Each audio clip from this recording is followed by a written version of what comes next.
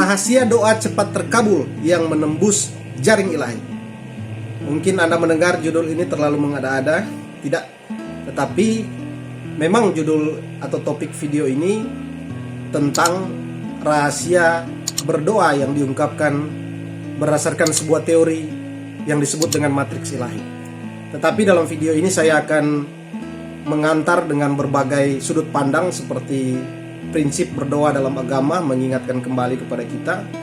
Tapi juga ada filsafat mitologi kuno dari Yunani, Indian, Buddhisme. Ada juga kisah nyata tentang kelompok orang yang berdoa dan memindahkan gunung. Ada juga tentang penemuan kitab yang hilang yang isinya tentang rahasia doa. Dan tentunya ada pandangan secara sains. Dan saya mau menyampaikan kepada teman-teman semua bahwa saya tidak dalam upaya untuk mengiring orang untuk mempercayai satu agama, tidak. Ini adalah ilmu yang universal. Kalaupun ada kutipan-kutipan dari agama-agama tertentu, ini hanya sebagai pendekatan saja untuk menjelaskan apa yang saya sampaikan lewat isi video ini. Dan saya tidak berniat untuk mengarahkan kita kepada satu keyakinan agama. Kemudian saya juga bukan ahli, tapi saya senang belajar hal-hal yang berhubungan dengan spiritualitas, yang berhubungan dengan kehidupan, rahasia-rahasia kehidupan, tapi juga penjelasan-penjelasan secara sains. Saya senang belajar hal ini di beberapa tahun terakhir, sehingga saya berpikir bahwa di samping saya belajar, saya perlu membagikan apa yang saya pelajari supaya kita sama-sama bisa belajar. Baik, yang pertama tentang berdoa yang kita pelajari di agama masing-masing. Pada prinsipnya berdoa itu adalah satu ritual khusus yang kita lakukan untuk menghubungkan pribadi kita dengan Sang Pencipta, dengan Tuhan. Sehingga dalam ritual ini kita diajarkan untuk melakukan hal-hal yang hening, hal-hal yang tenang. Tapi memang kebanyakan kita doa-doa tidak terkabul karena cara berdoa kita yang sudah salah. Yang seharusnya kita berfokus pada Tuhan, pada Sang Pencipta, tetapi banyak orang di saat berdoa justru memikirkan hal-hal lain, justru mengkhawatirkan yang didoakan, dan banyak lagi hal-hal yang sudah sangat keliru sebenarnya. Kemudian praktek berdoa itu meskipun di setiap agama punya tata cara yang berbeda-beda, tetapi pada prinsipnya sama. Kemudian yang kedua, saya ingin mengajak Anda untuk menyimak beberapa filsafat dan mitologi kuno yang menjadi ritual orang-orang leluhur kita. Bagaimana mereka menghubungkan diri dengan Sang Pencipta, tapi juga dengan alam semesta atau alam sekitar. Yang pertama dari mitologi Yunani kuno. Mereka menganggap bahwa ada satu jaring, ada satu keterhubungan antara manusia, alam semesta, dan Tuhan. Sehingga muncullah teori-teori dari Plato, Aristoteles, sampai dengan ilmuwan-ilmuwan fisika kuantum modern yang menjelaskan tentang menggunakan dasar teori mereka dengan tradisi eter Yunani kuno ini. Kemudian yang kedua, ada yang namanya jaring nenek laba-laba yang merupakan mitologi dari Indian kuno. Nah, dijelaskan di sini bahwa semua kehidupan itu berawal dari sebuah kekosongan. Kemudian muncullah seorang nenek yang merajut jaring laba-laba yang kemudian bisa menghidupi semua orang yang ada di bumi. Nah, ini mitologi yang ada waktu itu, yang mereka yakini, mereka percayai, yang menjelaskan bahwa ada keterkaitan antara manusia, alam, dan Tuhan lewat jaring ini. Kemudian yang ketiga, ada yang namanya jala indra atau jaring indra di Buddhisme. Nah, ini kurang lebih sama juga, bahwa menjelaskan segala sesuatu itu terhubung, manusia, alam semesta, dan Tuhan. Kemudian ada juga yang namanya Tao, filsafat Tao dari Cina. Nah, prinsipnya filsafat Tao yang kita kenal dengan teori keseimbangan, padahal sebenarnya itu secara umum menjelaskan tentang bagaimana mereka menjaga hubungan dengan alam, sebab mereka meyakini alam ini adalah sesuatu ciptaan yang harus dihargai, yang harus dihormati. Sehingga ada filosofi air yang mereka gunakan. Mereka ingin selalu hidup seperti air yang tenang, seperti air yang meneduhkan, seperti air yang menyegarkan, seperti air yang bisa menyesuaikan dimanapun dia berada. Yang kemudian mau menjelaskan bahwa mereka harus legowo terhadap alam dan tidak serakah terhadap alam. Dan ketika mereka melakukan itu, mereka membuat sebuah keseimbangan. Dan dari keseimbangan itu mereka mendapatkan kehidupan yang berkualitas. Kemudian selanjutnya ada yang namanya beberapa tradisi atau filsafat Jawa tentang akasa, kemudian sedekah alam, jarungan, dan banyak sekali juga kepercayaan-kepercayaan leluhur Jawa kuno dan leluhur-leluhur Nusantara. Mereka begitu menghormati alam semesta, alam sekitar. Mereka bahkan sampai memberi sesajen di gunung, di pohon-pohon, di sungai, yang kadangkala kita berpikir itu sesuatu yang gaib, yang mistik. Padahal mereka menganggap bahwa alam semesta itu adalah simbol dari kehadiran Tuhan. Sehingga mereka begitu menghargai alam. Dulu sampai ada mitos-mitos tentang pohon yang besar, tentang gunung tempat orang bertapa, bersemedi. Padahal mereka dalam upaya untuk berinteraksi dengan alam, karena mereka berpikir bahwa kehadiran Tuhan itu diwujud nyatakan melalui alam sekitar. Dan filsafat, mitologi, tradisi, kepercayaan-kepercayaan atau ritual-ritual dari leluhur kuno ini di seluruh dunia, ini sebenarnya pada prinsipnya mau menjelaskan tentang pola keterhubungan antara manusia dan Tuhan, dan betapa manusia di zaman dulu itu menghargai dan meyakini bahwa semua yang ada sebagai ciptaan Tuhan ini adalah sama, dan kita harus menghargai itu dan tidak hidup secara serakah. Nah, mengapa saya menjelaskan tentang filsafat, mitologi, dan kepercayaan-kepercayaan leluhur kuno yang mungkin hari ini sudah tidak lagi relevan dengan kehidupan modern. Tetapi di zaman dulu, di saat-saat tertentu memang orang-orang yang hidup waktu itu belum mengenal agama. Mereka masih hidup secara tradisional, dan mereka meyakini ada kekuatan yang lebih besar yang mengendalikan kehidupan di kolong langit. Dan mereka menyembah dengan bahasa, dengan kepercayaan, dengan ritual masing-masing. Tetapi pada intinya seperti di Jawa kuno kan dulu, sebelum mengenal agama, mereka mempercayai sebuah kekuatan yang ada, yang mengatur bumi ini, dan mereka tunduk terhadap itu. Yang ketiga, pernah saya ulas di video-video sebelumnya tentang bagaimana Buddha, Siddhartha Gautama, Yesus Kristus, dan Nabi Muhammad punya ritual khusus ketika ingin atau ketika mereka akan melakukan sesuatu atau ketika mereka mendapatkan pencerahan. Nah, kita tahu Siddhartha Gautama bertahun-tahun menyendiri di hutan, bersemedi, bermeditasi. Kemudian setelah selesai, dia menjadi seperti orang yang sakti, seperti orang yang hebat. Dan ketika dia menyendiri di hutan, dia melakukan ritual-ritual doa sebenarnya. Bermeditasi dalam artian dia menenangkan diri, hening, tenang, menyerah, ikhlas pasrah, meminta kekuatan yang lebih besar, karena dia meyakini ada sumber yang lebih kuat dari kehidupan dia sebagai manusia, dan dia mendapatkan pencerahan dari ritual itu.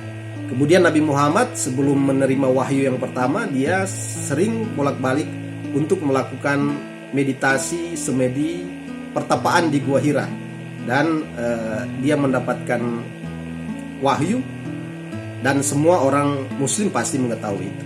Kemudian Yesus Kristus sebelum dia melakukan misinya, dia menyendiri di padang gurun dan berdoa selama 40 hari 40 malam. Nah, ketika dia berdoa, ritual yang dia lakukan adalah ikhlas pasrah, tenang, meminta kekuatan yang lebih besar dari Tuhan, tidak berpikir tentang kemauan sendiri, tetapi melepaskan semua kepada Tuhan, dan dia betul-betul menyatu dengan Tuhannya. Dan kemudian dia selesai melakukan pertapaannya atau melakukan doa di padang gurun, dia kembali ke kehidupan masyarakat waktu itu dan melakukan banyak sekali mujizat-mujizat. Baik, sebelum lanjut ke bagian 4, dari beberapa hal yang saya kemukakan di awal, kita sudah mendapatkan sedikit pemahaman bersama bahwa berdoa itu adalah membawa suasana diri kepada hal-hal yang sifatnya tenang, menyatu dengan Tuhan, menyatu dengan Sang Pencipta, tidak ada pikiran lain selain pikiran hanya kepada Tuhan, Sang Sumber. Kemudian menyerahkan sepenuhnya, ikhlas pasrah kepada kehendak Tuhan dalam suasana yang tenang dan hening. Dan ini sebagai upaya untuk membangun kesamaan, atau istilah sainsnya membangun frekuensi yang sama dengan Sang Pencipta.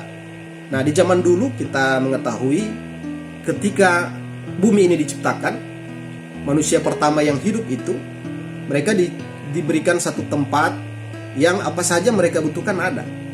Nah, tempat itu masih hening, masih tenang, masih penuh damai. Dan sebenarnya itulah sifat-sifat Tuhan.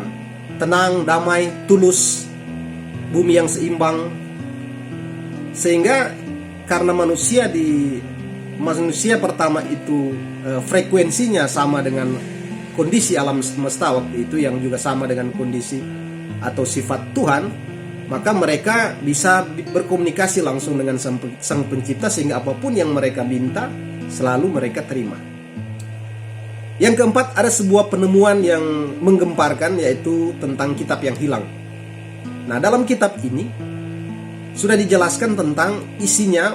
Ini lebih menegaskan tentang seri-seri kitab sebelumnya dari satu agama tentang berdoa, tentang rahasia berdoa. Dalam kitab ini dikatakan esensi dari berdoa yaitu memusatkan kepada pikiran dan rasa. Jadi ketika kita berdoa, kita harus merasakan bahwa apa yang kita doakan itu sudah terkabul, sudah terjadi. Nah, kembali lagi ke filsafat Jawa, ada yang namanya ngening cipta. Nah, mereka sudah memahami bahwa berdoa itu harus hening. Dan untuk mendapatkan sesuatu, menciptakan sesuatu, awalnya harus hening, kemudian mencipta. Itu namanya ngening cipta, ngening cipto, mengheningkan cipta. Itu kan sebenarnya prinsipnya, itu sebenarnya prinsip berdoa, yaitu sebelum mencipta kita harus dalam suasana hening. Nah, kitab yang hilang ini yang juga secara sains sudah dijelaskan tentang gelombang elektromagnetik dari pusat energi tubuh manusia itu, bahwa ketika kita berdoa, kita harus pikiran dan rasa itu harus sama, harus memiliki frekuensi yang sama. Kemudian itu bisa terjadi, kemudian kita bisa mencipta sesuatu. Kemudian yang kelima, ada kisah nyata yang terjadi di Timur Tengah. Anda bisa melihat ini di YouTube, banyak saya tahu videonya, saya pernah nonton kurang lebih 3 tahun yang lalu. Satu kelompok agama, sekelompok kepercayaan yang minoritas di satu tempat, yang harus tunduk pada aturan pemerintah yang kebetulan di situ didominasi oleh satu agama tertentu. Kemudian ada orang yang memanas-manasi kepada pemimpin raja waktu itu bahwa mereka, agama itu punya ayat dalam kitab suci bahwa bila Anda percaya, bila Anda berdoa dan Anda percaya, maka Anda akan bisa memindahkan gunung. Kemudian mereka diuji dengan hal itu. Kalau tidak bisa melakukan itu, mereka akan diusir. Dan karena minoritas dan merasa terancam, kemudian mereka berkumpul, berdiskusi, dan sepakat untuk berdoa bersama. Mereka melakukan ritual-ritual, menghadap ke timur, utara, selatan, barat, menyebutkan doa dan meminta pertolongan beberapa kali. Dan mujizat terjadi, gunung itu berpindah. Nanti Anda bisa lihat di YouTube, ada videonya. Dan ini pernah terjadi, dan sejarah-sejarah tentang kisah ini bisa dilihat di satu kota, membentuk satu batu yang kemudian menjadi tempat ibadah. Kemudian yang keenam, pandangan sains tentang rahasia berdoa. Pandangan sains tentang doa.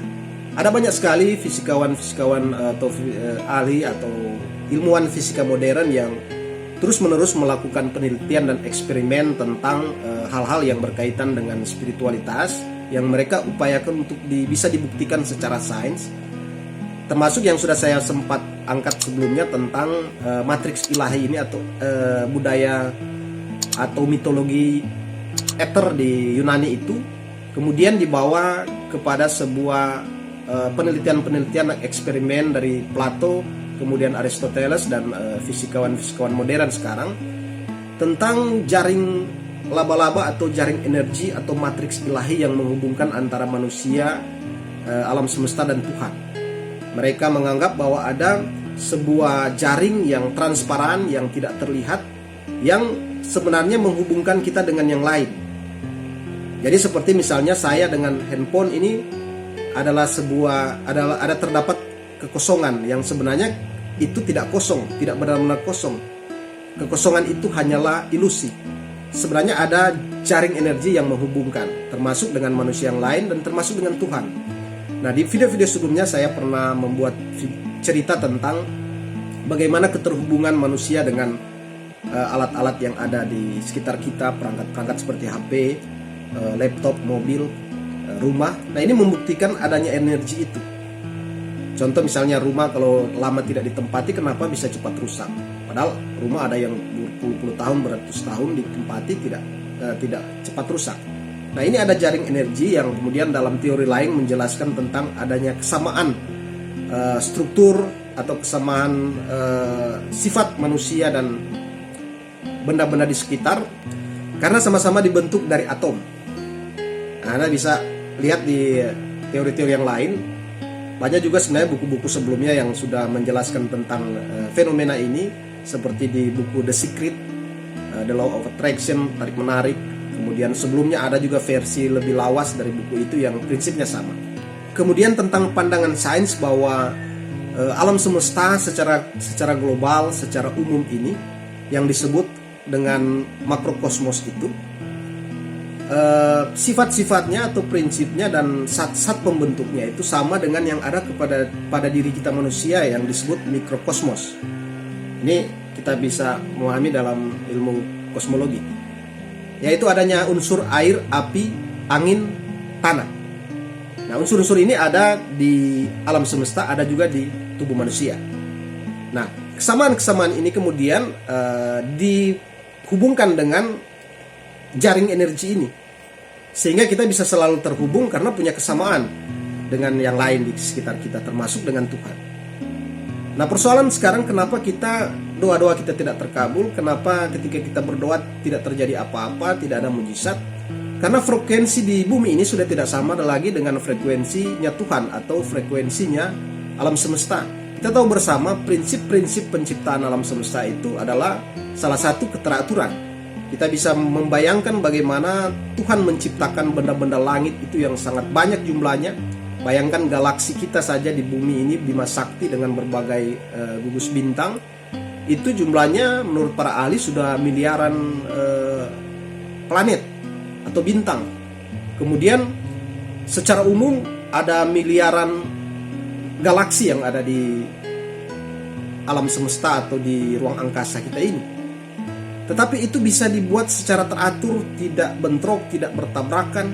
Nah, itu prinsip penciptaan alam semesta atau bagaimana sifat-sifat Tuhan yang sangat teratur, yang sangat rapi itu dinyatakan lewat penciptaan alam semesta ini.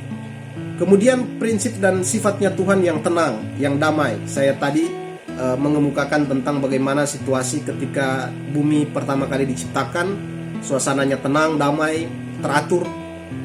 Nah, sekarang yang terjadi di bumi ini sudah tidak memiliki frekuensinya Tuhan, tidak memiliki frekuensinya alam semesta ciptaan Tuhan. Kita justru merusak ciptaan Tuhan, kita justru serakah mengeksploitasi secara besar-besaran yang ada di sekitar kita. Kita menjadi orang yang jahat, menjadi orang yang berkonspirasi jahat pada orang lain. Dan ini frekuensi yang sangat berbeda jauh, yang sangat kontradiksi dengan sifat-sifatnya Tuhan, yang kemudian jaring yang harusnya menghubungkan kita, yang sebenarnya ketika kita meminta kita bisa mendapatkan, itu tidak lagi terjadi. Nah, tentu kita bertanya bagaimana caranya supaya kita membangun frekuensi yang sama, menyatukan kembali konektivitas jaring energi keterhubungan ini. Nah, inilah kemudian yang ingin saya sampaikan dalam video ini tentang rahasia doa cepat terkabul, rahasia berdoa yang bisa menembus jaring ilahi atau jaringnya Tuhan adalah kembali lagi kepada cara-cara leluhur kita, supaya kita memposisikan diri ketika berdoa. Pertama harus tenang, harus menyerahkan sepenuhnya kepada kekuatan Tuhan, ikhlas pasrah, pikiran fokus kepada Tuhan.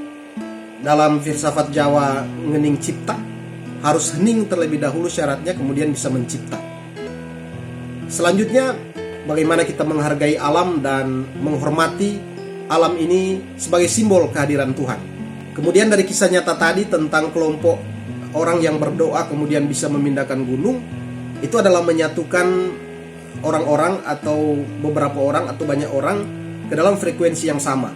Nah, kenapa banyak disarankan oleh para tokoh-tokoh agama kalau kita ingin misalnya ada bencana alam harus berdoa secara serentak, secara massal. Ini sebenarnya supaya semakin banyak frekuensi manusia yang seirama dengan frekuensi Tuhan secara bersama-sama kemudian menyampaikan permintaan, dan itu akan kemungkinan besar terkabul. Kemudian tentang penemuan kitab yang hilang, bahwa ketika kita berdoa tidak hanya sebatas pada pikiran, tetapi harus dirasakan, harus benar-benar menyatu antara pikiran dan rasa. Dalam satu agama tertentu dijelaskan bahwa ketika kita meminta, kita harus meyakini bahwa itu sudah terjadi. Ini dijelaskan dalam kitab yang hilang ini lebih detail lagi.